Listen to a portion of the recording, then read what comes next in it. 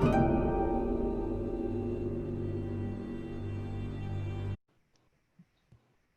was recording. God damn it. Okay. All right. Either side, everybody. Welcome to the Ghost of Tsushima spoiler cast. It is I, your brother Mike, here with the Monsignor Moody. How are you, sir?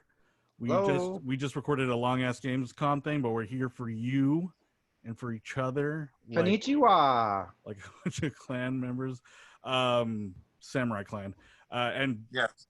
Dan Witt is back with us because he needed to be. This was his, like, he forced himself, and we didn't budge because of course we wanted him on this because you're a meat and potatoes guy. This is a very not meat and potatoes, but like maybe fish and rice kind of game, and it's it's a big one. So we're gonna have an intense discussion about all things Ghost, spoilers from the top.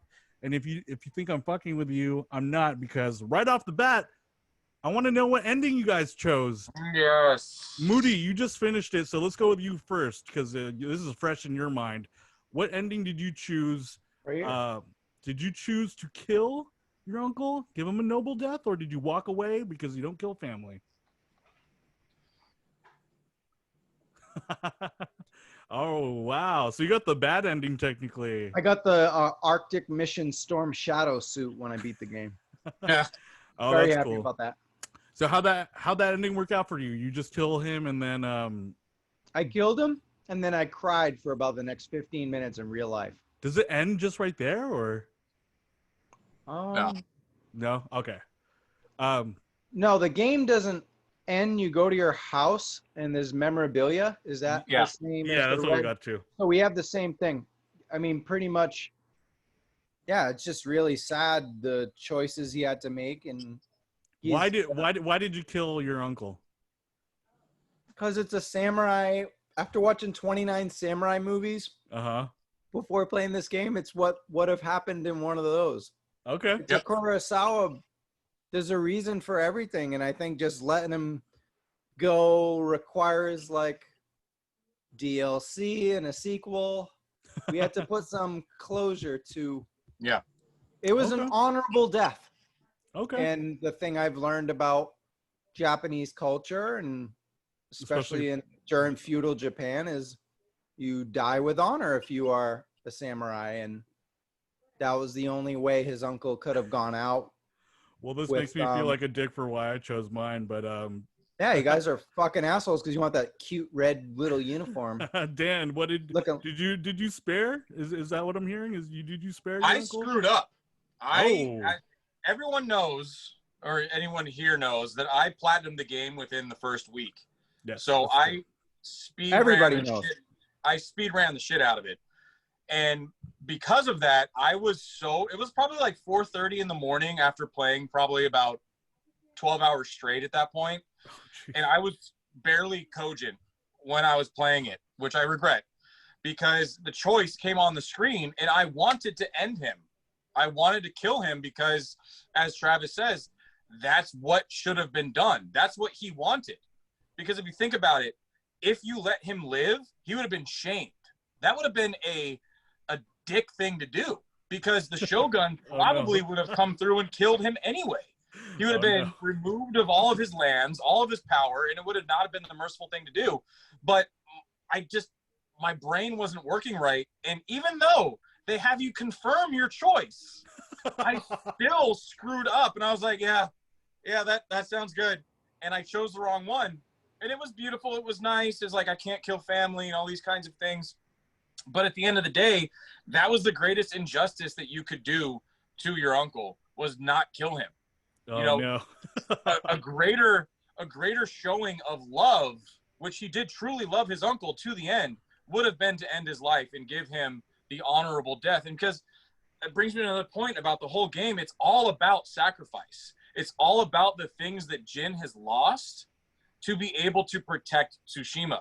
And losing his uncle ultimately at the very end, actually, instead of just kind of metaphorically losing him, by actually killing him, it kind of repaired the relationship in his own heart, in his own mind, but it also solidified that this man has lost literally everything to be able to be the hero that Tsushima needs. I commend that choice. I think it's very honorable, and because of that, I did the opposite. I chose to let him live because I Yeah. knew he wanted to die, and I was kind of mad at him at the time for wanting to kill you. And I was like, "Motherfucking old man, dude! Like, times are changing. Let's evolve with the times." And I can't believe you were actually gonna kill me. So I don't grant you your honorable death, and I'm gonna walk away and be the bigger man and be the bigger asshole about it. But now I feel like a dick, even though I did it to be a dick. But I just felt like Jin was like changed so much Right. from Samurai that he was like, I reject all these weird traditions, and I think that we should move on from them, and Yeah. that's Wait, why I With respect that too, though, because that reasoning, I had that in my mind as well. Like Jin is saying, I'm no longer a samurai. I don't abide by this code anymore. So I don't have any honor to give you, and that's actually what he says. Yeah, Is I'm not the person to do this. I don't have any honor anymore. So find your honor someplace else, basically. And I mean, I was okay with it. I didn't hate that ending. I think both endings actually worked very well. The only thing is like I spent a lot of time in endgame content as well, just kind of going around and just trying to kill everything. But it would make more sense canonically if he was dead, because if he was alive, the whole entire island basically would be after you. Yeah, and that's so true. If you're dead, it makes more sense that there's not just droves of samurai coming to kill you. Yeah, that's true. Yeah, so I was just gonna jump in. So after watching all the Kurosawa movies and stuff, he would have had to perform seppuku. Yeah. And that would have to have been in the second choice. It would have had to been like, you let your uncle go, and then they have that cutscene where it says, well, I don't even know in like feudal times, like how do you judge time? But like sometime later, black screen. Yeah. Then there's a cutscene.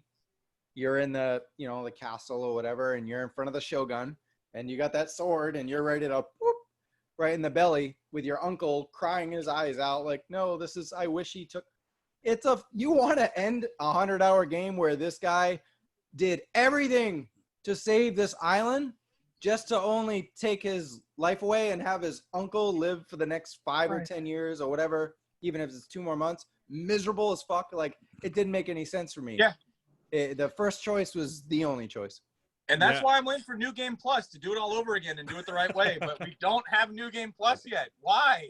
Yeah, that's the thing with this generation is like we're getting New Game Plus like after the fact, and in a lot of games actually, it's kind of weird. Yeah. So I wanted to ask that first because I wanted to talk about the story first because the big thing with this is like it's a cinematic game. This is based off of it's a love letter to Japanese cinema, especially Kurosawa. And what are your general thoughts about the story? And how did you find it? Did you like it? What were some of the highlights? Moody, let's start with you. So I loved your outline because as I was reading each little synopsis of each, because it's hard there's so many side missions. Yeah, that's true. I treated Ghost of Tsushima like The Witcher. One of the few games where I wanted to do almost everything. Now, I didn't platinum it. Even in The Witcher, I didn't go to every question mark on the map. And I still played this game for like 100 hours. I mean, maybe at least, I don't know. There's no way to check. I'm going to say at least 80, 85. It felt like an Assassin's Creed Odyssey to me, at least. It might have been shorter. Who knows? We're in quarantine. It could have been 45 hours and it felt like fucking forever. But I did all the side missions, and each side mission felt like not a Kurosawa movie, but some of the other movies I watched they're 90 minutes long. So not a 3.5-hour Kurosawa which is the majority of the game. But each side mission felt like those smaller stories that I got to watch from all the other fabulous filmmakers throughout all the years. And that was really cool. Because it was like, even some of the more modern samurai stuff had very similar small stories, like the peasant who grows up to be, the peasant who declines being a samurai, even though it's in his blood. And just when he becomes a samurai, he loses, everything. It's like that kind of, and I think that's a movie I saw. I saw 29. It's hard to recall, but that's similar to the little synopsis plots of the side missions. Yep. Which probably itself take a couple hours more, depends how long it takes you to defeat all the Mongols and everything and how many people you talk to and upgrades you do. But that's what I loved about it, was like I was so happy to have that marathon, because then I was like, wow, the people who created the game are obviously as passionate about it as I was watching these films, but they took each side character and made it their own little personal movie. Yeah.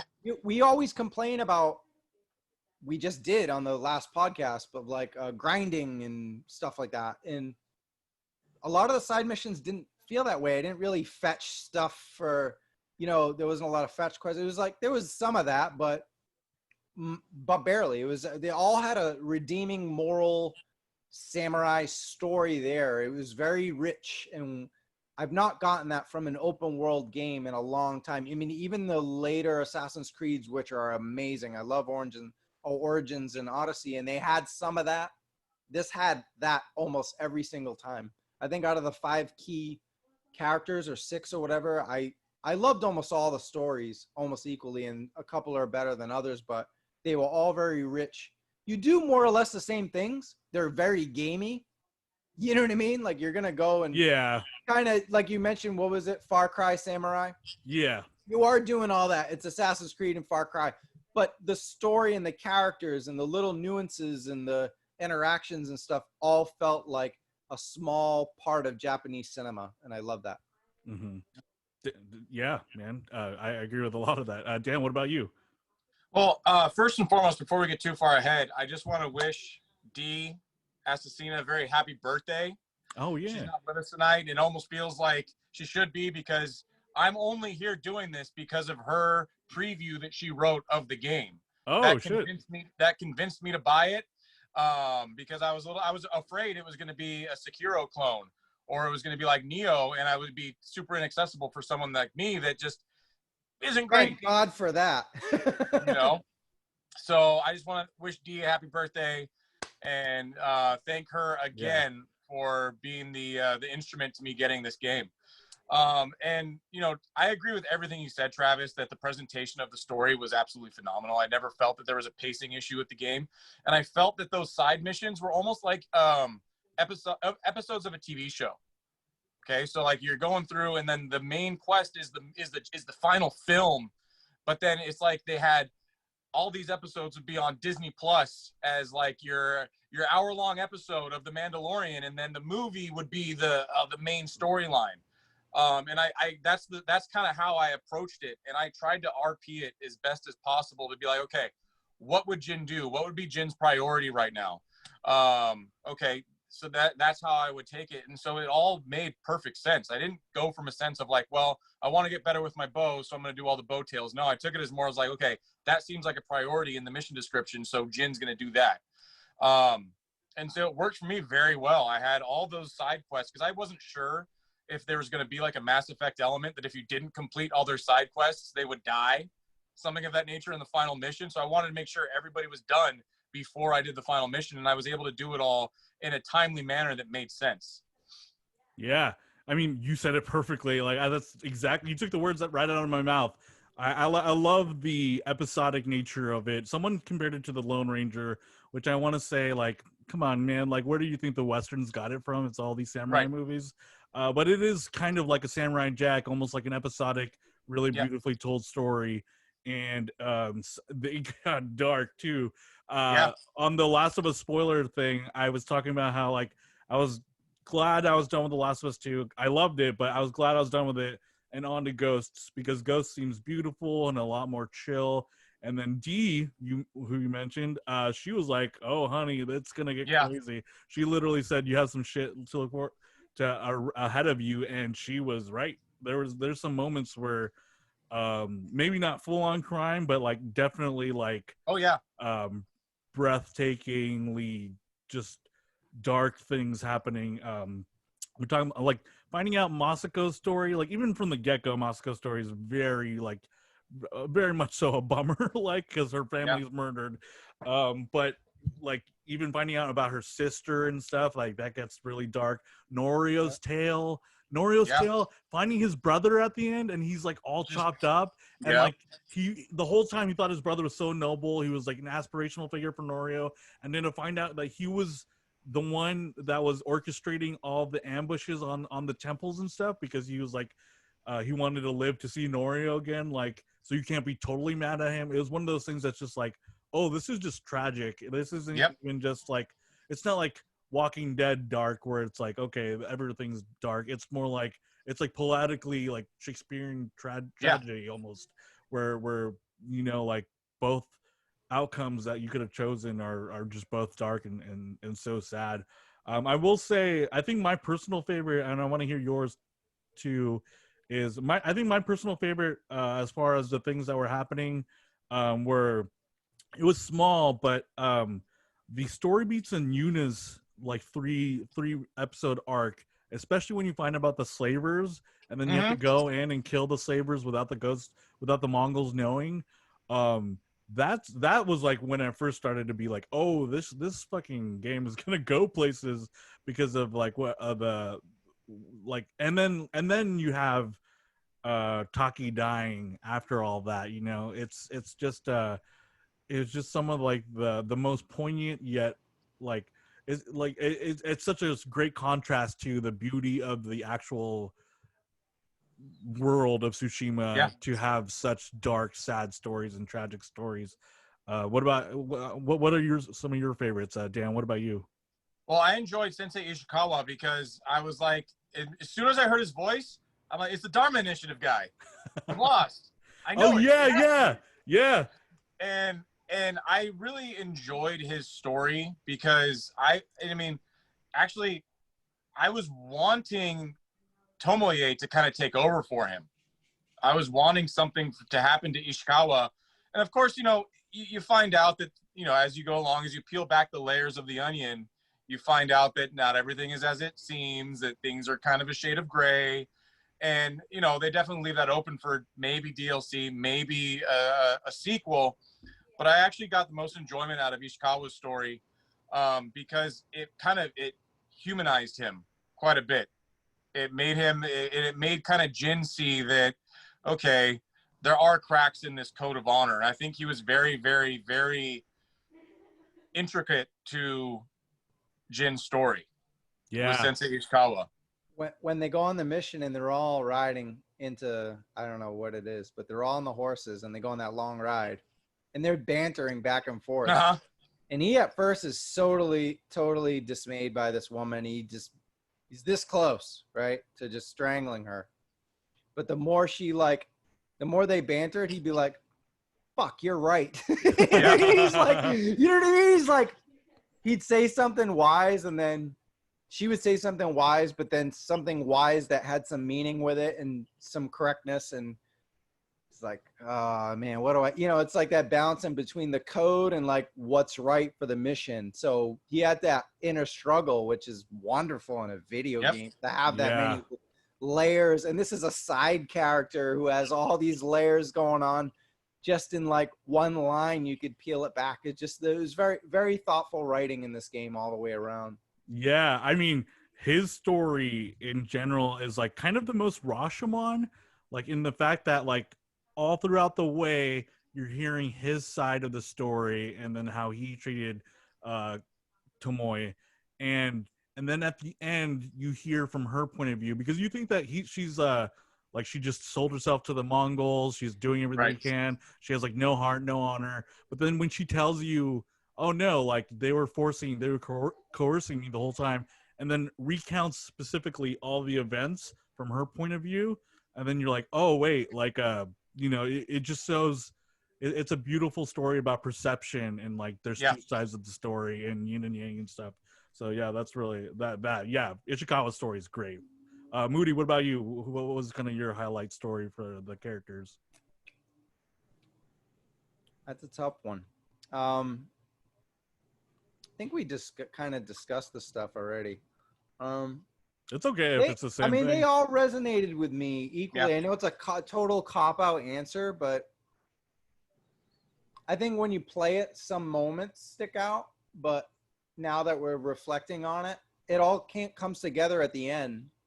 You know what I mean? Like, because, well, this is a spoiler cast. They Yeah. survive until the very end, most of them, and then they're all there waiting for you. So they all meant something at the end. You might have to come back to me late. You know, I might have to hit me again because even though I just finished this game 3 days ago, there was 100 hours of content. I Need to know. sink in a little bit. Yeah. Yeah. Yeah. I'll have to, as we talk about this, I might just jump in and be like, okay, Yeah. Let us know whenever this you character, when you but thought yeah, of I it. don't want to sit here and hold up the show, but we can move on. But there were just so many great moments. I think that's a testament to Sucker Punch too, is that, you know, when we played some of these other role-playing games and open world games, you have the one or two that stick out. These are all like, they're all very good. You know, some, they're not all perfect or anything, but they all do kind of come together. And I don't, you know, sometimes when you have multiple writers on a video game, you know, this guy's a little better of a writer, so he did this, and that one's gonna say it. I think it was all coordinated and calculated. So it was like they each took, you know, I don't know how many writers are in the game or anything like that, but they all probably went around in a round table and been like, all right, let's, you know, the editing, it was just tremendous to make sure that it's all seamless, that none is really going to stand out and one's not going to be like a throwaway. They're all kind of, and to me personally, all right, now it's coming back as the monk one because I'm a big Wu-Tang fan. Oh, yeah. And that was like, all right, it's Japanese, but we're getting into, you know, this Mongol, so we're getting into Chinese Kung Fu culture too. And then to see the monks, we used here, think about what Wu-Tang used to rap about as a hip-hop fan, like in 93, 94, it was like the bloody monks in the trunk. And you always thought of like monks as like these like peaceful people, and like, you know, in Doctor Strange, we have that one guy who's the tough monk, but we always just, you know, they're like God-fearing men. And then in this, man, they're fucking crazy. They're exactly what Wu-Tang rapped about. So it was cool to play as that, you know, and you kind of have that blend of Japanese and Chinese, of course, because the Mongols and the feudal Japan, but that awesome, seamless cultural clash and like all the different things that go on that. So yeah, I would say, just as an easy cop-out answer, I think the monk one, just to see those guys kind of turn into warriors for a little bit and all the intricacies that played into that, but that one stood out for sure. Yeah, that one was great also. It's like, it's one of those things where there's no real wrong answer here. I don't think. You're wrong. Maybe Kenji, because it was a little more comic, but I think even Kenji has a little bit of an arc himself. I like that everyone, except for like the obvious people who don't need to have an arc, like Kodan Khan, like you don't, the villain doesn't need an arc like that. No, not really. Everyone had a really good character arc to them, and even that's not even saying anything bad about Kodan Khan, because I actually think he was charming. Like It was very compelling. The guy who played him, his points that he was making, was he completely wrong that like, hey, I mean, yeah, like they would have enslaved them and stuff, but like, hey, like, yeah, like, Well, work with me and like, all these people don't need to die, right? Well, to be completely honest, and to put on my history major hat for Ooh, a second, perfect. Yes, that let's was do the that. Mongol way. Like they would have completely just let Japan be Japan. Like they would make vassal states of their conquered lands and let them keep their religion, let them keep all their ways of life. They just had to pay tribute. That was it. And so that was the way that Genghis and then later Kublai, that's the way that they would actually kind of subvert other nations, was basically, look at all this stuff that we have for you. All you have to do is bend the knee, give us money, and no one has to die. And they would hold to that. And Wow. they, like I said, they were very tolerant in the Mongol Empire.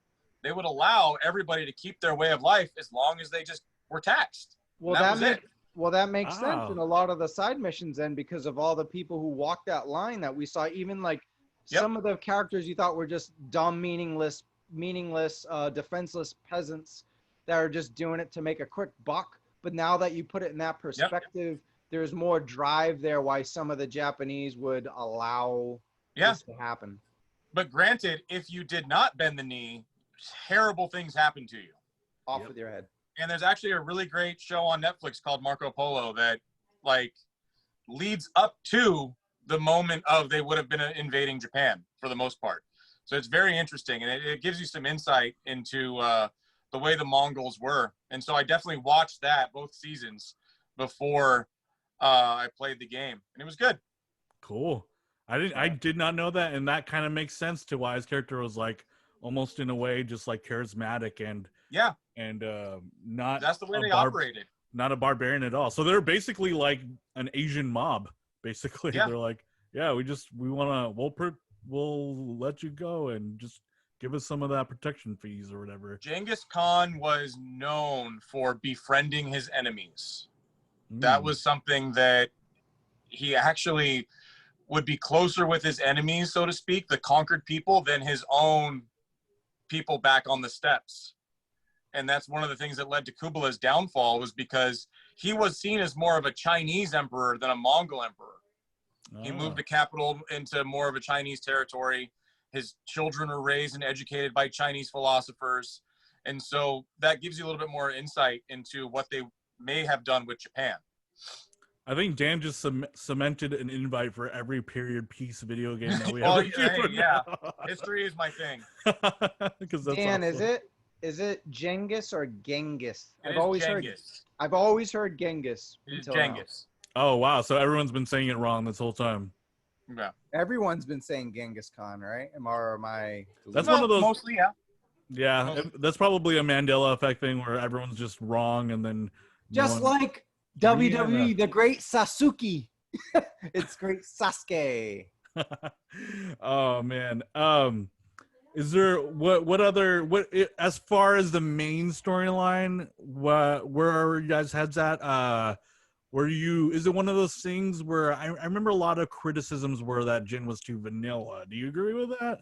I don't agree with that at all. Okay, yeah. I think he was a fantastic portrayal of a late 20s, early 30s man in feudal Japan, raised to be a samurai his whole life.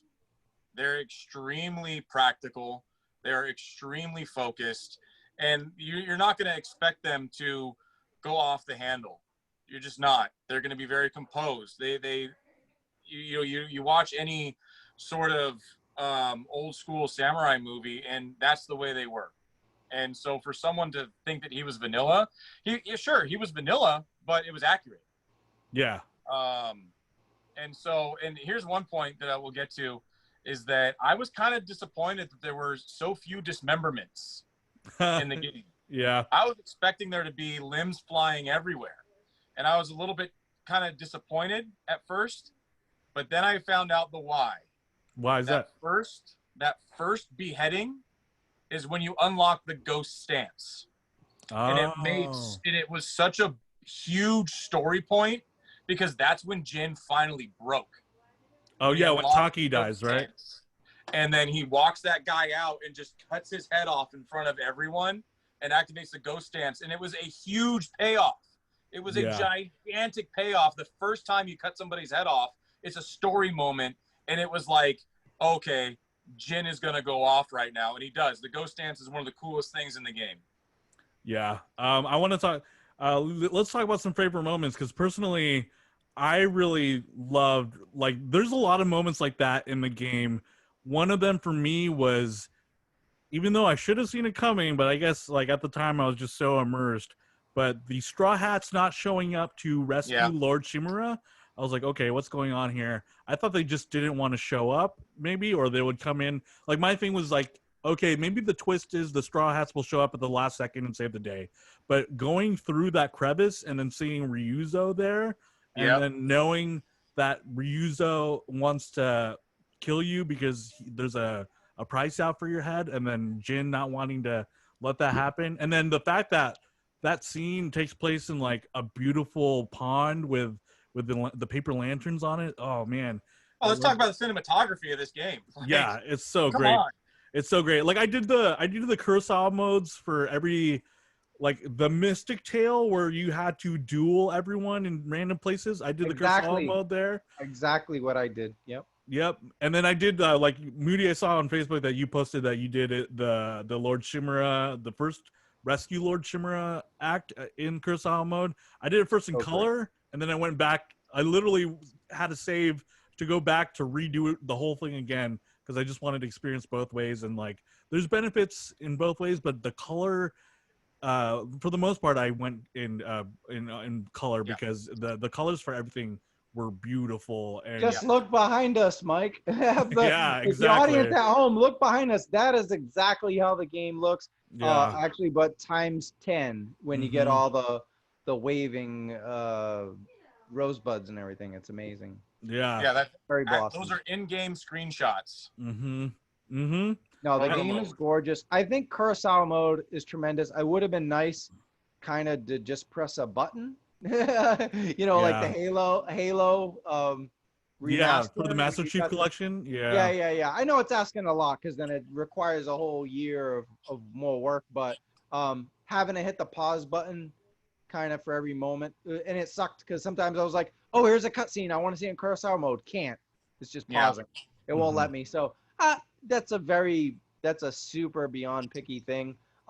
Yeah, I definitely won't. When I hit the big Mongol castles and I started getting towards the climax, I switched to the Kurosawa mode to have it feel like that. And then certainly a lot of the Mystic Quests, even though some of them were in some of the best locations too. So I didn't always go to Kurosawa mode because you'd be in a bed of flowers or right on the ocean or fighting in waves Yeah. and stuff. I had to see the color contrast as well. But yeah, either way, I mean, this is definitely the best looking game. I feel like I say that every time I play a PlayStation 4. They just keep I went from God of War on. It just like every game that they make that's a AAA, it just keeps maxing out the performance of a PS4. Makes you wonder why we're gonna pay $600 for a PS5. Because beyond just hype, I have one. Oh, great! Right. Yeah. Play this game. It looks next gen.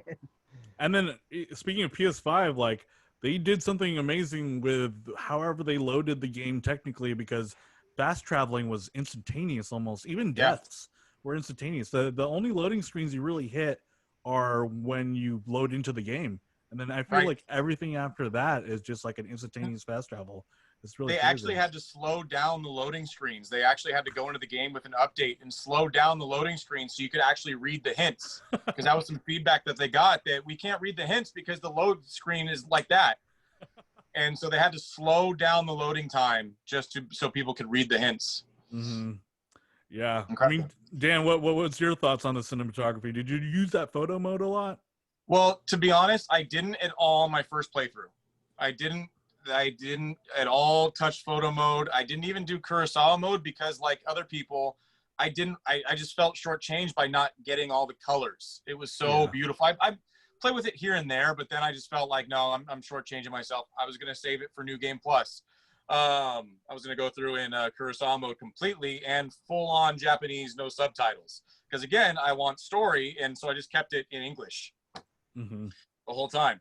But cinematography and photo mode, I really sunk my teeth into it in Endgame. I was snapping screenshots whenever I could, and it's fantastic. And I'm not at all versed with photography.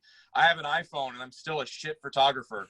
But I was able to get some cool shots. It really kind of helped set the mood too, because in photo mode, of course, if you've played around with it, you can change the time of day. You can change what is on the screen. You can change what Jin's facial expressions are. So you can really make a moment your own. And you can make tracking shots, which I'm not nearly versed enough to do either. So I didn't mess with that. But I thought it was a fantastic addition. And I'm not a photo mode type person. I don't ever play around with photo mode, but this game made me do it because it's just that breathtaking. So yeah.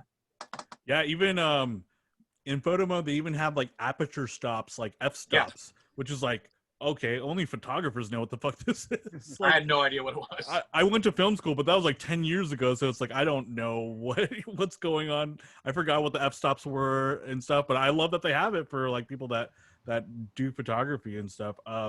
Moody, you brought up the grass. I want to jump to gameplay and combat and stuff.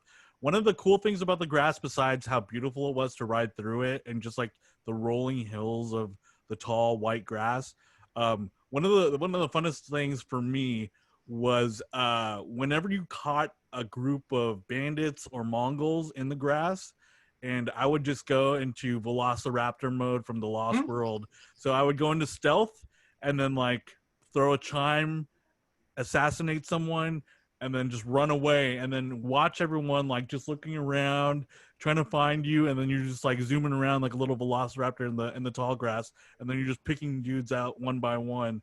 It kind of made me wish that, because this is Ghost of Tsushima, it kind of made me wish that it had that similar Arkham mechanic where the enemies would get more scared over time. Uh-huh. I would love to see like Mongols just getting like progressively. They do that with a lot of In a way, combo. yeah. They do that with combo stuff, some ghost stuff, which is really cool. And I always thought it was really fun when you do a perfect parry and then you see some guy drop to the ground because you're scared as hell. But man, I love that stuff. How did you come to like the gameplay, Moody, the combat and the stealth? Like, what are your thoughts on that? And that's so perfect that you brought all that up. And we didn't have a pre-production meeting on this podcast, so it was almost perfect because 2 points on that. I suck at stealth games, and this is one of the first games where I actually felt good. I didn't feel great. I still alerted a lot of dudes because the action in the game is so great, and I'm so tempted. But man, I kicked ass as stealth though for the most part, and hopping from rooftop to rooftop, and being able to still do wild, crazy things. Because a lot of stealth stuff, it's kind of boring, right? You're sneaking around and you can really only choke a guy from behind or, you know, kill him with a knife slice. But in this, you can still do a lot of dynamic kills, I guess, if you will, perform dynamic kills and still not alert them in a realistic way. It's not like you're shooting a bunch of shit and they don't notice. It's like you can still kind of fuck shit up, but then immediately go back and you are a fucking ghost. Like the seamless transition between the action and stealth is totally sold on me. The things you watch, you know, like when you first watch a gameplay reveal at E3 and it's like the most perfect thing ever because they play like 100 times and then the 100th time they record it. So they show you like, this is the best way the game is going to play. That's how Ghost of Tsushima felt the whole time for me. Yeah. Like, it wasn't like, you know, all right, I'm doing stealth. Oh, all right, alerted people. Time to shoot everybody, you know, like in Call of Duty or kill everybody. Like, this felt like I was able to do all those things that you get this, you know, all the skill abilities that you normally get in like an Assassin's Creed or other games. But in those games, I felt like I alerted them too soon and now I have to just do all the action. This, I could just, it was back and forth. I was able to hang from a building with the rope and swing into a room and catch a guy. He notices me and I still catch him. So not everything's alert. And a lot of times, even when they blew the horn, nobody came out, which was cool too, because I already killed everybody and he's unaware of it. So that was a cool, that's all stuff that I never saw in other games. Cause you know, as soon as someone blows a horn or alerts an alarm, here comes the 300 enemies. And now I'm just shooting everybody like Rambo, you know, and I keep saying shooting because that's most of the time when you're alert in other games. But in this one, it's like, you can blow that horn all you want. Those 100 guys, I took them down and they knew about it. Half of them knew about it and half didn't. Sometimes I was a ghost and sometimes I was a samurai, all in the same exact scene. You know, like in this, the precursor to this game was you can be a ghost or you can be a samurai. Dude, I was the same the whole game. I was the ghost samurai in the game. It was so cool that I got to be the ninja who secretly kills, and I could still stand off and be like, blow to blow, bro, let's go. You know what I mean? It's like amazing that happens. It's just, it was perfect for me as far as gameplay for what they were shooting for. I was able to actually accomplish what they want us to do. A lot of games, they show you the way they want it, and it's so fucking hard to do. Even on easy or normal in a lot of these games, it's so hard to play stealthy and still do all the skill abilities in Assassin's Creed perfectly. Those games are great, but I never felt that seamless transition between stealth and action like I do in Ghosts. Yeah, Dan, you actually messaged me about how you were playing. You RP'd this, right? Yeah. You really highly role played this type, even to the type of combat you were using, right? You want to tell everyone about that? Yeah, for sure. So First act, I was, because Jin was still clinging to his past, I went straight samurai. I didn't put any points, anything into ghost skills whatsoever. Barely even used the bow. Every single opportunity I got, I would walk up and do the showdown and say, send your best. Come out and face me. Something along those lines, right?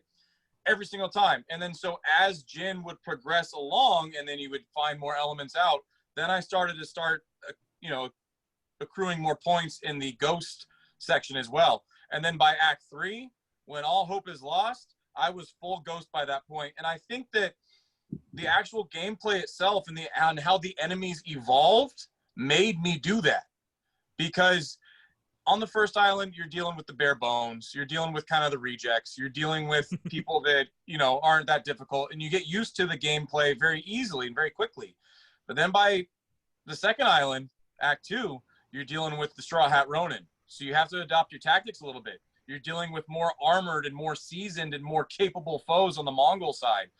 And then as things go along, you find yourself just surrounded by people. So via necessity, you have to start using the smoke bombs. You have to start using the kunai. You have to start using all those other things that you can develop. And then so by Act 3, I was just full on Tenchu mode from the, throwing it back to that. That's what I felt like. I loved it because I love those Tenchu games back in the day. Yeah. So that's how my gameplay evolution worked, is that Jin was still kind of pushing back on that kind of stuff. And even in your first assassination, I had people texting me and saying like, did I do something wrong? Because I just assassinated a guy and I got this cutscene saying that I basically had failed and I was a piece of crap. My uncle was yelling at me. I'm like, no, that's the way it's supposed to go. And so as he evolved, so did my tactics, and I adopted more ghost abilities towards the end. And by the end of Act 3, I was full-fledged ghost, and I still am. Yeah. Can I jump in on that point for a second? In the other games, even Witcher, as great as that is, and the Assassin's Creed, again, we come back to that. I always found a favorite thing, a favorite ability or a favorite skill or favorite weapon. In this game, I used I'm going to say 90%. There might be I can't even remember, but almost every thing that Jin had at his disposal, I used in battle. Yep. Unintentionally and intentionally. You know what I mean? Like sometimes it was quick reactions and stuff and adapting, but some of it was like, oh, I haven't used that in a while. So, that was in my conscious, like, well, also knowing what kind of enemies, because you scout first. Yeah. So when you scout, and what's cool is usually when you scout in games, you're kind of doing what the scouting is. In this, you're scouting and then you have to do it yourself. Yeah. You can't just, it's not like go to a waypoint and then pull out your binoculars and tag everybody. Yeah. No, you have to kind of keep a running tab of what's around you and what's going on. They don't hold your hand. You have to have a little bit of a memory, which I suffer from sometimes, but it comes, short-term memory, but it comes to me as I play too. It was like, oh yeah, I remember sitting there and them telling me, this would be a better point to take down the archers or whatever, that kind of thing. So yeah, there's just a lot of it's adaptive gameplay, and it was excellent. And not to mention switching stances depending on the enemy type, Yep. which if you get good enough, you can just stick with stone stance by itself and just parry and evade everything all day long and nobody touches you. Oh, wow. Okay. That ain't me. I adjusted on the fly, and sometimes I'd fight 4 guys and use all 4 stances No, for sure. in the same battle. While I was going really through cool. the game, I was definitely switching stances for sure and spamming triangle like you wouldn't believe. But then in endgame, I stuck with stone stance only because it's my favorite one, and got really good at parrying, and I just stuck with it. Didn't have to switch. I want to talk about a super kick party. I actually did I because saw there's that a video that trophy. you I had to get that trophy for kicking the guy because I wanted to platinum. I had to kick a guy off a ledge, and it was nothing but super kicks. Nothing but super kicks. That's what that video was. That was me getting the achievement. I wish the achievement showed, it was an instant replay, but I wish it showed on there that getting that achievement would have been really cool. But yeah, it was a super kick party. Yep. The combat in this game is pretty amazing. The thing that we haven't even mentioned, because we all got used to apparently, is there's no lock on in this game. And I know a lot of people, it threw them off at first, and it threw me off a little bit, but the way this game seamlessly is able to just in a way that's a little more elegant than the Arkham games. You're able to counter everyone no matter what angle they're coming for the most part, Yeah. and you're able to just intuitively move from person to person, and the game will kind of know who you're trying to attack. I mean, there's like hiccups every now and then sometimes when I used a super like or a ghost thing or like an assassination on the wrong person, but for the most part throughout like when you said 100-hour game, like that thing was flawless, man. Like, do we need lock on anymore? Like, it's a if you adapt the Ghost of Tsushima ability to just go from enemy to enemy, because like it works so well for duels and like one-on-one, and then like also seamlessly for like against 5 other guys at the same time. And like not a lot of games do that. A lot of people have lock-ons and stuff, or have like, you know, the Shadows of Mordor or like the yellow thing above their head. Yeah. And this was able to like minimalize the HUD in a really cool way to like oh yeah, one of the things I did was like I took off all the enemy bars, which they weren't even that in your face to begin with. Like they were pretty elegant about that, but like taking them off like just made the combat like so much more visceral and immersive. And Yep. Moody, like you were saying, how you can switch from stealth to action in like the same encounters. Like I started being able to find ways to use like ghost things in the middle of like a full-on brawl, like the smoke bombs. Like you could like drop them and run and get back into stealth, or you could drop them and use that confusion to assassinate a bunch of people. The chain assassination. Yep. And then once you get like a 3-person chain assassination going, you could drop the smoke bomb, knock out 3 other people. Like, so like if you had 6 people, you could chain assassination from a ghost perspective where you're like a ninja and you're like sneaking up on them. And then like if like 3 more other people come at you, just drop the smoke bomb again, and then just chain assassination all over again. It's like really like the combat is like probably the besides like the beautiful presentations, like the highlight for me is like how just good it feels for an open world game, you know? Extremely gratifying. Extremely gratifying combat. Yep. Man, it's it's so cool. I have a question for you guys. Yeah, shoot, man. So who, you know, one thing after watching all the samurai movies and everything, I was wondering like, who does Jin remind me of? And I could think of one actor, but he really didn't remind me of anybody. So props to Sucker Punch for making an iconic character. I mean, that falls in line with what PlayStation does, but you could relate some of their other characters to other people. But in this one, it's like, even after watching all those samurai movies, he stood out on his own. I wasn't like, oh, that's, you know, Sonata or whatever. How do you say it?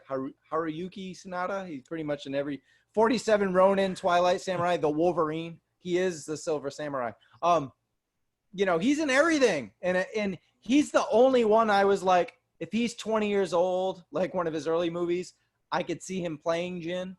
But Jin stands out. His demeanor, his delivery and everything, and acceptance, and yeah, just his personality range was a lot different. Than they didn't just copy somebody from all the breadth of Akira Kurosawa's filmography or anything. They're like, okay, that's our Jin. They came up with this guy based on everything, and it's really great. I bought his pop doll today from GameStop. Naturally.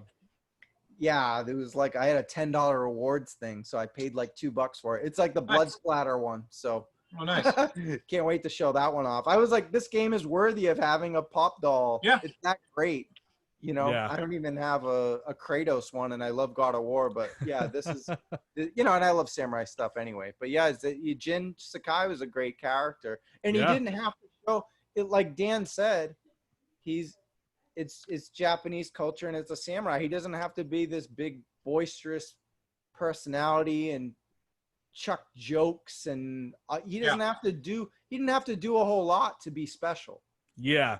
My whole disagreement with that criticism also is that you don't get a lot, instead of like the only other game I can think of is Red Dead Redemption, but you don't get a lot of, or Red Dead 2, you don't get a lot of main characters that change. Like this is like the Breaking Bad of video games, where not necessarily that Jin became an evil person, but like throughout the course of the game, he develops an arc and he changes his mentality about things, and he learns to do a completely different thing, completely shoving off everything he's learned throughout his whole life, and that he was like so just tied to.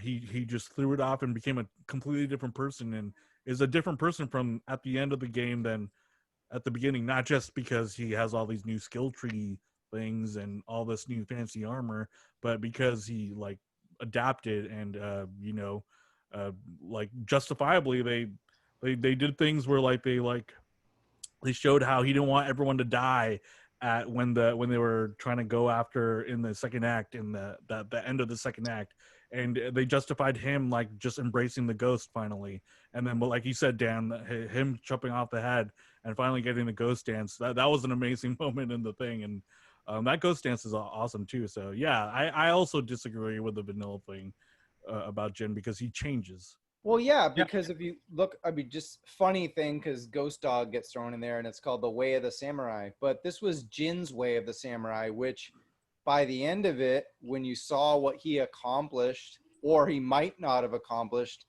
it could have been, and if it was on the positive side for you, it's the new way of the samurai. Mm-hmm. Like he said, it towards just the more he played and the more he battled with his uncle and all these other people and his comrades, he was like, that shit don't work. We're losing thousands and millions or whatever the number is of Japanese people that were dying by the hands of the Mongolians. And he's like, you can have your tradition, but would you rather have life? You know? And then by the end, there is life and death in that tradition. You know, there's a lot of metaphorical, allegorical stuff that goes into it.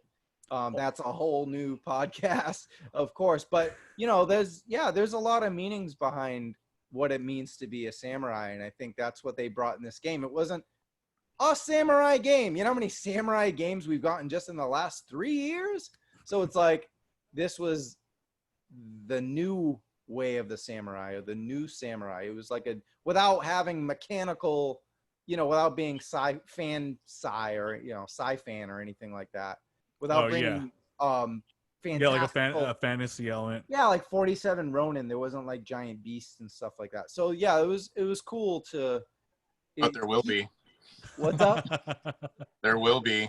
Oh, I'm sure. Oh yeah, that's true. Get to that. Legends comes out We'll get to that in October. Oh yeah, we should swing into that. But yeah, I was just to close out the point, is it stayed within the realms of feudal Japan and tradition, but Jin brought in through the story and his character and his demeanor this new way of the samurai. Whether it's good or bad, that's a huge discussion, but this is what really brought so much intrigue into this.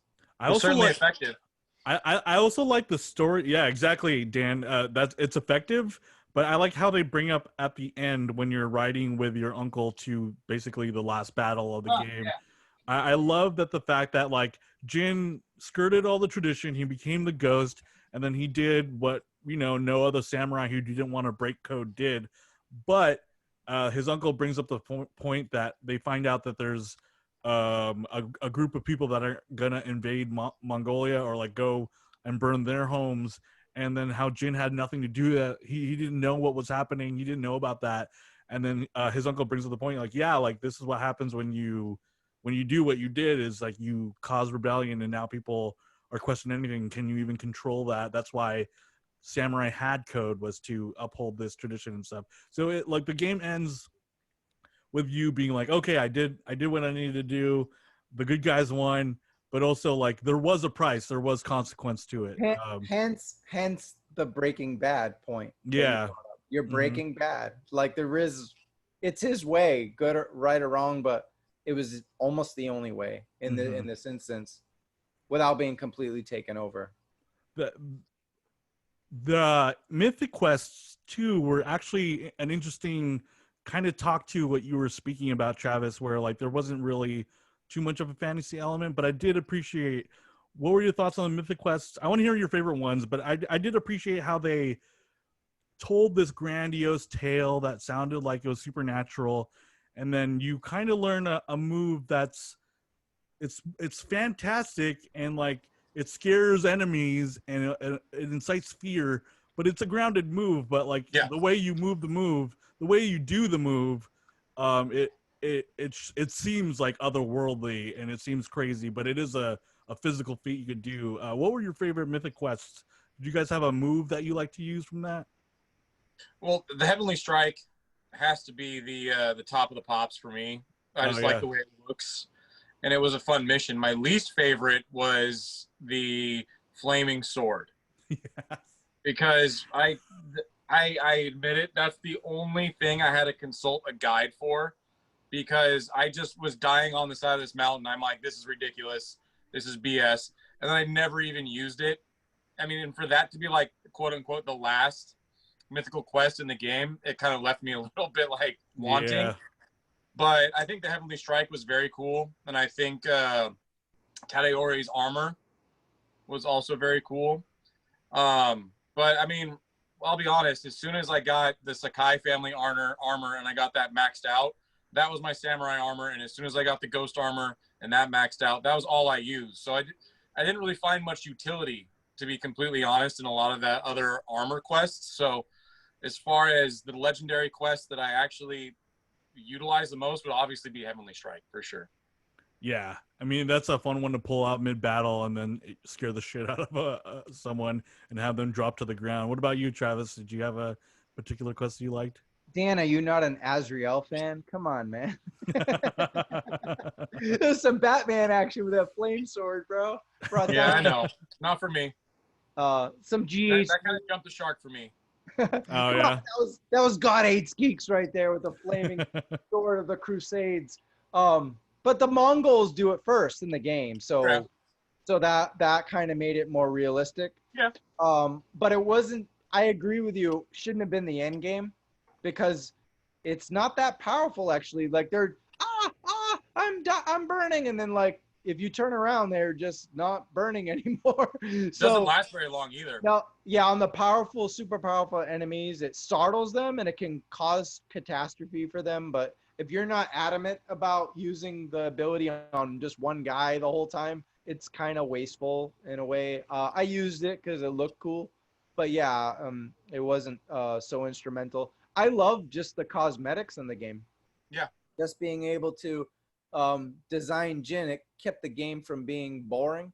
I always complain about playing long games where the character looks the same all the time.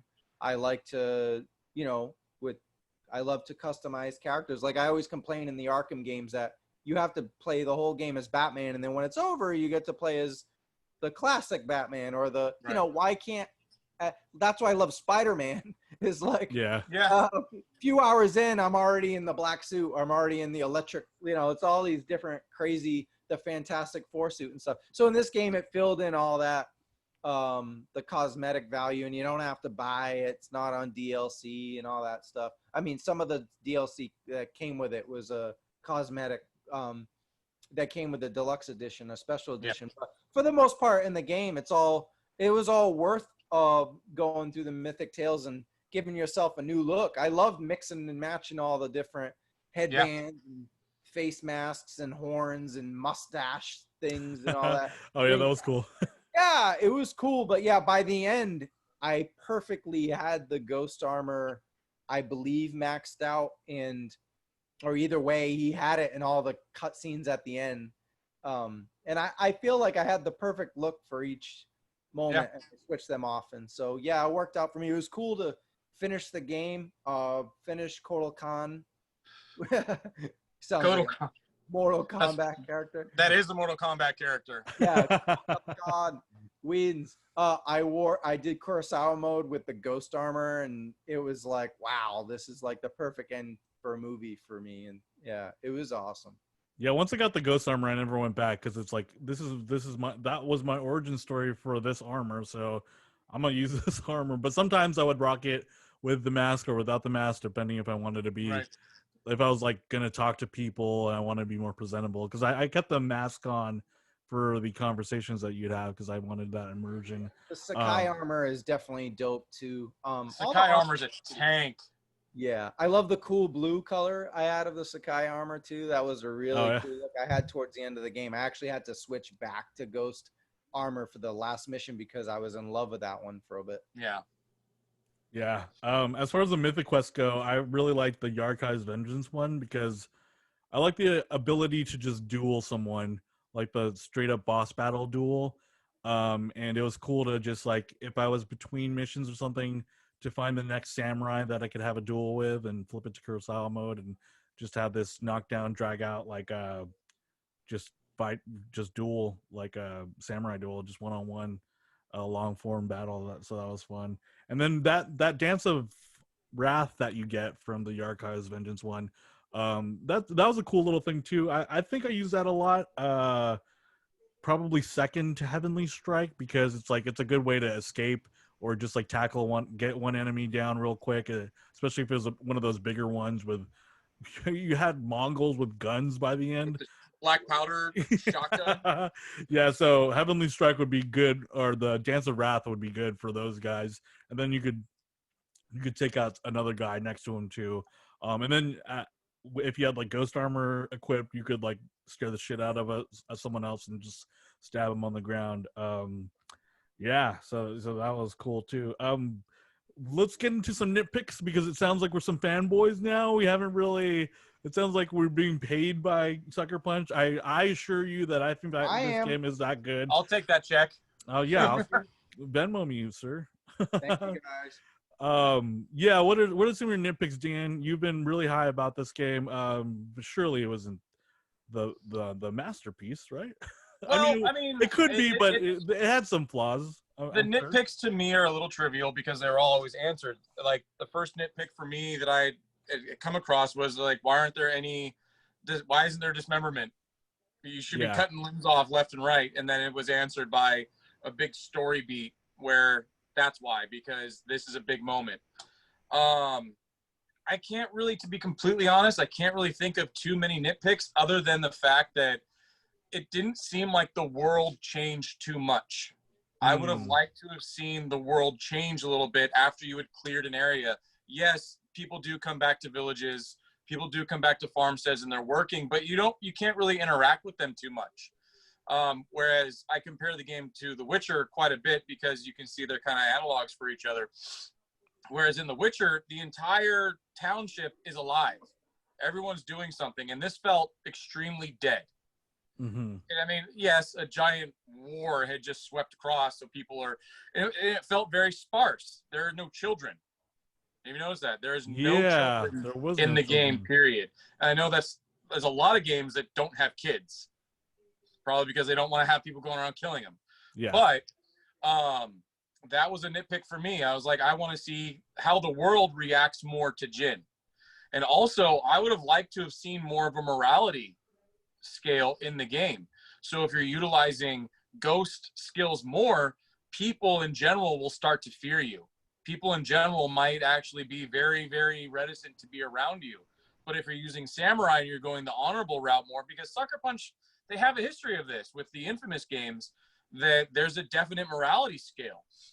And I was hoping for that, and we didn't get that because they had a very clear idea of where they wanted the story to go. And I think that if they did that, it might not have wound up with where they wanted to go. But maybe in the next one, because there's definitely going to be a sequel. This game was more successful than they ever could have predicted. And so there's going to be a sequel for sure. And so maybe they might incorporate that in the next one. But that was really my only major nitpick. That was a major missed opportunity, in my opinion, was that there was no morality scale and there was no real world effects that weren't scripted in. Because yes, you go to a scripted moment and it's like, oh, you saved us all at the forge. You're the greatest. You're amazing. But it would have meant more to me if your descent into ghosthood took more away from you. Yeah. Because, people might still see you as the hero, but at what cost? Wow. Sucker Punch, take note. Someone forward this to your friends at Sucker Punch because I would love to see that too. I didn't even put that together. Infamous. They did Infamous. What the fuck? Moody, what about you? What are some of your big nitpicks? Definitely. So I was going to bring up the fact, and I think Dan even touched on it way earlier, is in combat when you are using your ghost abilities to haunt and scare them. You scare them for a few seconds and then they don't give a fuck anymore. Like, I think I think it should have only reached a level where, you know how when you say it asks you, do you want to call out the enemies? Yeah. Right. I feel like that would have been the perfect time, if you can, at that time in the game, late in the game, to become the ghosts with the few enemies and then finish it off that way with the, the slashing with the red and the white strikes. And it's almost Kill Bill like, but I like it. And I think that would have been awesome to finish instead of, all right, ghost abilities, scaring 5 guys, and then here comes 10 more, and they don't care that I just did that. It's like very limited. I get that you don't want it to last too long. It's it would become too gamey, and then we're getting into the spiritual fantasy elements. But I think to end a giant battle, it would have been really cool to be the ghosts, and you really put a stamp on that battle instead of, okay, I'm using it now, and then I got to go back and hide in it behind a tree and use my arrow. You know what I mean? It's kind of, it deflates that ghost ability. The other thing is, Dan wants fully realized towns. This game is fucking long already. My biggest gripe with the game is it's really, really long. And I know everyone, I guess, and I fault Sony really, or whoever was publishing this game. They're like, yeah, it's a 25-hour game or something like that. No. Yeah. And there's no way to keep track of the hours. I know that's a game. I wish there was. I wish there was. Come on, I hate to say it's 2020, but I want to know how long I'm beating a game so I can tell my friends I beat it. There should be a way to do, and not just a New Game Plus. We should know how long we're playing a fucking game. Our fantasy wives want to know how long we're playing this game. Are you playing that game for 100 hours? Well, dear, I have no idea. Could be 40, could be 60. It won't tell me. I wish if I can know that I've played 20 days worth of Call of Duty Modern Warfare, I should be able to know how long I've played Ghost of Tsushima. Yeah, that's exactly. True. Yeah, so many other games do it, and there's even a website called How Long to Beat where you track it yourself. So if that exists in the world, it feels like every game should come standard. Yeah, for having that. No, absolutely. So yeah, I kind of wish the game is really long. I think, other than the 5 or 6 side mission things and the main story, there's not a lot of fetch quests or anything, but there's a lot of stuff they could have cut out. I would have been happy with a max, not platinum max, but just completing all the major beats in 55, 60 hours. Again, I don't even know if, I'm pretty sure I went 8. I was playing every day for a long time. And I feel like I got at least in the 80s. It's too long. I said the same thing about Assassin's Creed and other games too. I don't want to, there's so many games, and I have almost everyone that's in quarantine that's a gamer has 2 or 3 consoles now. And I don't really want to play 100 hours of one game, even if it's amazing like this one. I think that's my major gripe, is the game is just, I'm almost like, yes, I beat it. No, I didn't. I still have 20 more hours. It's like, and I love the game, but it's like, I kind of want to do other things than play a 100-hour game. So it's a personal gripe, but I don't need, there's so many open world games. I know everyone was like, Red Dead Redemption was so long. I don't remember playing it for this long, and I did everything in that game. So yeah, I don't know. I was gonna say, actually, I was gonna bring up Red Dead Redemption 2, because that game felt long, but if they added what Dan was saying with more immersion, and personally for me, I think aside from all the aside from the story quests, aside from all the little bandit camps and the Mongol camps that you could raid, I think the other side stuff kind of gets, while it's very unique, like no other game will let you do a haiku, or no other game will actually the haiku is kind of the biggest one. The bamboo strikes too. The bamboo strikes were like an interesting thing too. But as far as variety in the games, it's kind of weird that this is a big RPG with no fishing. There's no fishing. There's no surprise. I want to think back to Breath of the Wild, where and even in Red Dead Redemption 2, there's like Easter eggs and fun little things that the developers put that make exploration worthwhile. I want to say by the third act, like I felt the bloat of the game also because Yeah. I wanted to explore, but then I was like, well, what am I gonna find? It's just gonna be Yeah. like an Ari shrine, or it's gonna be another Shinto shrine, which were pretty cool. Um, and then like that on top of it being such a huge landmass, when like Tsushima's not even that big of an island, apparently. Dan let me know. Like it would be cool to have a lot more, just one more level of immersion to make it so that it doesn't feel just like so sparse and that kind of bogs down pacing when you're just like, oh, I've Yeah. done the same thing over and over again. This is getting long. Yeah, after a while, you just felt like you're just Yeah. riding your horse from quest to quest and beating it, and then you know, there's all that wonderful narrative and character beats that save it from being mundane, but the tasks itself are very mundane. Um, the Far Cry Samurai stuff is that's why Far Cry gets the flack it gets. It has a boatload of personality, but you're doing the same thing for 30 or 40 hours the whole time. The exact same thing for 30 or 40 hours the whole time. So add some cool Japanese samurai stuff to it in another 40 to 60 hours, and that's what Ghost of Tsushima is. But then you throw in all the stuff we just talked about for the last hour, and it saves it from being boring. But it really just could have trimmed a lot of the bloat, like you said, to make it a perfect game. It's Like you think Yeah. about Red. It's I feel bad comparing to Red Dead 2 because like Rockstar operates on a whole other level. But Red Dead 2, like even if you were going just from one place to the other, the random encounters in this are always just like a hostage or just Yeah. like a group of Mongols or a group of samurais. That's why I like the Yarikawa stuff, because like I ran across that before even getting the quest. So it's Yeah. like, why does the samurai want to duel me? Like that felt like a surprise. So like I'd love some more like story surprises like that. Like in Red Dead, you would be coming across and some guy just got hijacked, or some guy, or like there was like they did like a ton of, there was like KKK randomly, and you can kill them and Yeah. stuff. I would have loved that in this game, and I also would have loved a little more immersion. Like it was kind of goofy that you just could switch out your samurai armor like in the middle of a Right. battle by pressing the start button or whatever, where like in Red Dead you have to go back to your horse or go back to your camp or whatever. I mean, that's unfair to ask, but I'm just saying like these things would have helped the lack of variety and how like long it ended up feeling.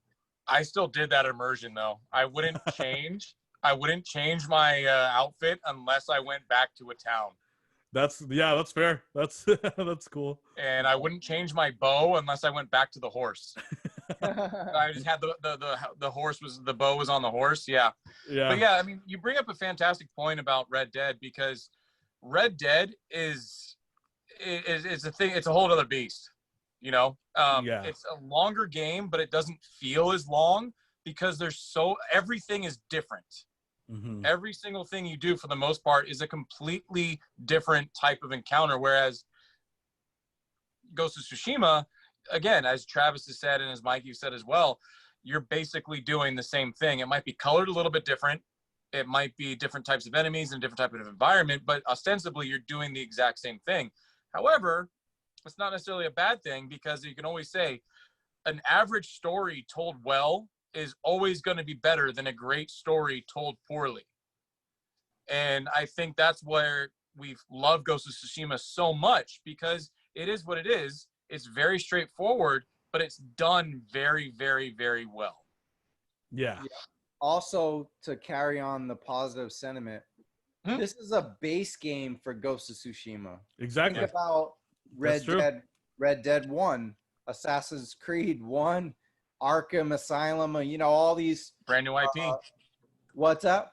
It's a brand new IP. Yeah. It's a brand new IP, regardless of Sucker Punch's resume. It's the base game. So if this is going to be a saga franchise, they're going to not necessarily listen to, fingers crossed, not necessarily listen to us, but they're going to listen to these similar sentiments and make those adjustments and give us all the extra meat with the potatoes that we already have, just like we've seen in these other franchises that have transformed over the years and added all the stuff, all this, made it not so sparse. You know what I mean? So yeah, we'll get our fillings in on a sequel if we get one. So there's no doubt about that. One more thing, also just animate a Japanese dub. Like I mean, you know, hopefully you don't have to do that by like killing your workers or anything, but it's a weird thing to have like a Japanese set game and then like have the Japanese language be the one that's the lip sync, you know. It's kind of like when I was I didn't care too much because the American voice actors I thought were great, so I was totally into that. It just reminded me of when I would back in the day watch, because I watched more actually Chinese movies instead of Japanese, so it reminded me back in the day of when I had to watch Jackie Chan like dub himself. You know, it's just kind of weird. It's like this is the right sound, but it doesn't look right. But also you could put the mask on, and you could also it doesn't really matter because you're reading the subtitles anyways. It would just be nice for like, I'm just thinking of like my Japanese speakers out there maybe, or like people playing this in Japan. Like it must be weird to them to have like the Japanese track not match the lips too much, you know. Yep. But it's a They nitpick. love the game in Japan. It's a nitpick. Yeah. I mean, it's a nitpick, but it would be cool if they did that. I mean, that being said, final thoughts. Let's start with you, Dan, our guest. What are your final thoughts, and what do you give it? I'll stick to my review score, 4.75. The nitpicks that I have weren't enough to diminish the enjoyment of the game. I played the absolute hell out of this game. I really, really, really did. And you really did. I think there's no stones left unturned on the entire Isle of Tsushima for me. And it's kind of sad. I would love there to be more of that game, because, you know, if we want to talk about the DLC, we can. But I'll stick with a 4.75. I think it was a fantastic piece of art, because that's what this medium is definitely evolving into. This is art, and these are performances, and these actors and everyone that works on these games, they deserve their due. And it's a fantastic experience for anybody. Yeah, that's great. Moody, what about you, sir? First of all, let me compliment your lighting. Like somehow, like your lighting matches your background, even though it's like a zoom. Yeah, I don't know how you did that, but it was a happy accident. My head is exactly the same color as the sky back there. I don't know if that's a compliment. It's weird. I look like a paper cutout. That's what everyone says when you watch these Zoom shows. Well, when I lose the sunlight out there. Man, you know, it's going through the podcast, I was like, oh, okay, this is a classic. And then at the end, we're like, this game's bloated and too long. A tale of two podcasts. This is the best Ghost of Tsushima game they could make, you know, right off the rip, as far as like, okay, this is what we went out to do. And, you know, we have our minor grievances, but from a first game, you can't expect any of that. I mean, everything they set out and accomplished to do, like you said, I thought this game was one of those, you know, when it was coming out, it was like The Last of Us, Spider-Man, and this, and then a couple other things. And those were their showcase games that they were showing at E3 for a couple years. And this is the one that stuck out to me, besides being, you know, I'm a huge Marvel fan, but this is the one that was like, okay, this is the most interesting one. Yeah. But it really blew up, didn't it? Like, we didn't think it would be on this level, buying the pop doll and everything, and we want a sequel and we want everything out of this. It's not Cyberpunk blown up, not close, but it's, you know, a lot of people are playing this game. I mean, I was on when I worked on the short film a couple weeks ago, I only knew the girl who wrote the film, but when we recorded in the apartment, production was playing Ghost of Tsushima. You know what I mean? So small example, but I really think, I mean, just look at the special edition sales and stuff, like immediately sold out. It's really blown up. They've set out and accomplished everything they wanted to. Yeah, I don't know. Bible score is tough. Hate to do this. I'm gonna say 4.5-4.75. You hate I've to done it. give it. It's not the first time. I've done it in written reviews. About a year ago or 2 years ago, I was open to the tweener score. It's hard. It's weird that IGN went from 9.5s to either 9 or 10 now. I feel like you almost have to go. I wouldn't go 9.8 and all this weird shit. Right. I feel like when it comes to grading, we have to be even more accurate because too many things get a 4, too many things get a 5. So I'm okay. Even in wrestling, they're doing that with the tweener scores. And I guess that's where I got it from, being a big Mark in wrestling critic and everything. So it's in there. I think it's the bloated part and the not having a lot of the activities takes it away. I'm going to give it a slight advantage over Final Fantasy VII Remake for my game of the year so far. Whoa. Wow. So only because I gave that a 4.5, I think. I have to almost like go back and watch and make sure I don't make a fool of myself. But this is my game of the year so far. Of course, we have Cyberpunk coming out, and that's going to be tough because we're getting it so late in the year. I feel like we can't even judge that until 6 months later. I don't want to be the Yeah. If it's as big as they say it is, you know. Yeah, I don't want to be crazy. I don't want to be the TGAs and like not include a game that comes out this year. If it comes out December 31st, I'm going to find a way to count that towards this year, but it's going to be really difficult, especially since we were under quarantine and we had all this time to consume a lot of us are under quarantine, not everyone, but we got to consume Final Fantasy VII for as long as we wanted.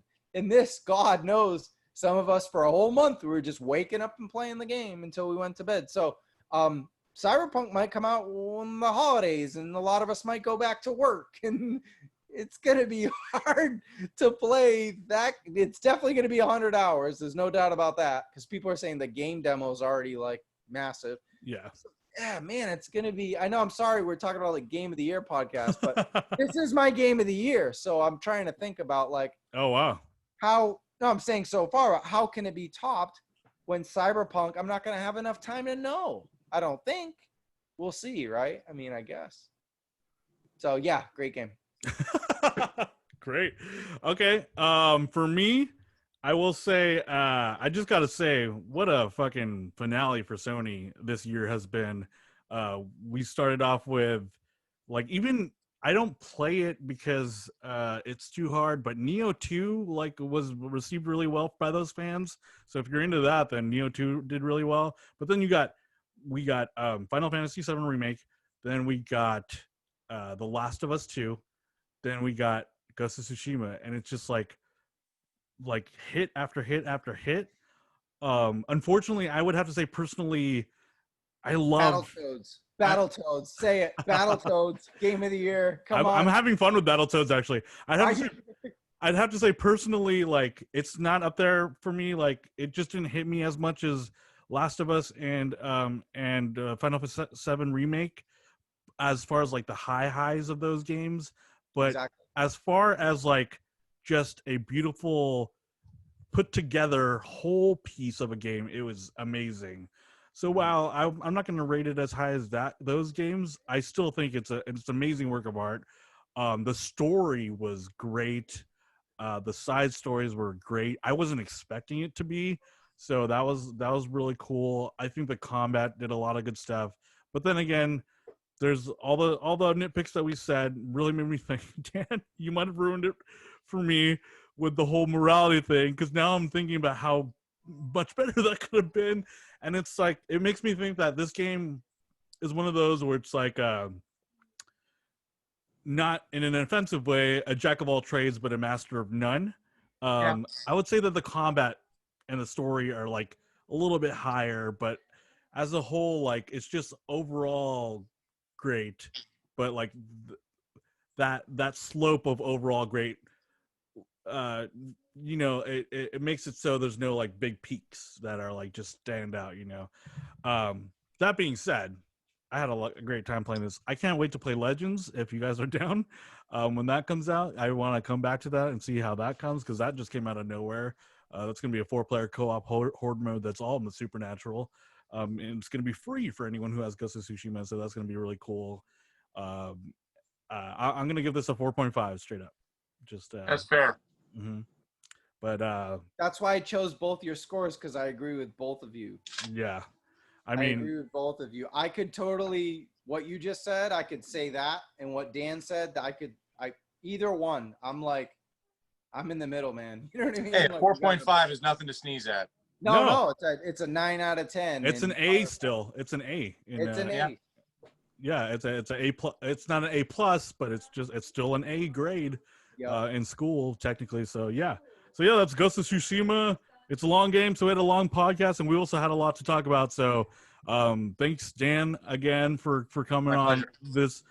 You once again proved why we should have you on more often, especially I guess we found your niche. Like any historical period piece, we got to have Dan Witt on. I'm Moody, such a nerd for history, and I would plug Dan Carlin's Hardcore History podcast as well. That is amazing. And I actually recommended that to Moody because he had an entire one on Japan that came out right around the time of the game. So it was something else he could have listened to. I don't know if he did or not, though. I Ooh. slipped through the cracks. I fucked up. That's fine. That's He why does you long can't. form. He does long form podcasts like Joe Rogan. So each podcast will be about 3.5 hours, and he'll do 5 parts. And his one on the Mongols is phenomenal, by the way. Oh, nice. oh damn, I Well, got to see, check that out. That's damn it, awesome. Yeah. I fucked up. I just beat this game like 2 days ago. It's okay. I forgive you. It's not like you were doing anything. Mike, I always hate saying this, but this was a damn good show. What I do you know say? the last show we had audio issues and we had a new Oh, guy yeah. who was great and everything, but some of you didn't really pay attention to Gamescast and DC Fandom. But this was it, baby. This was it. 5 Bible podcast. Thank you, sir. Well, thanks for coming on also, and thanks for You're playing welcome. the game and getting into it and for your thoughts. Dan, your review, right, is on godhatesgeeks.com if people want to check it out. And godhatesgeeks.com in general if you want to check it all. Everything else, Gamescom, if you missed that. Our thoughts on every other video game that we haven't talked about on the podcast or whatever. Thanks for listening once again. And sayonara. Arigato. Sayonara. Gashimasu. Sweet.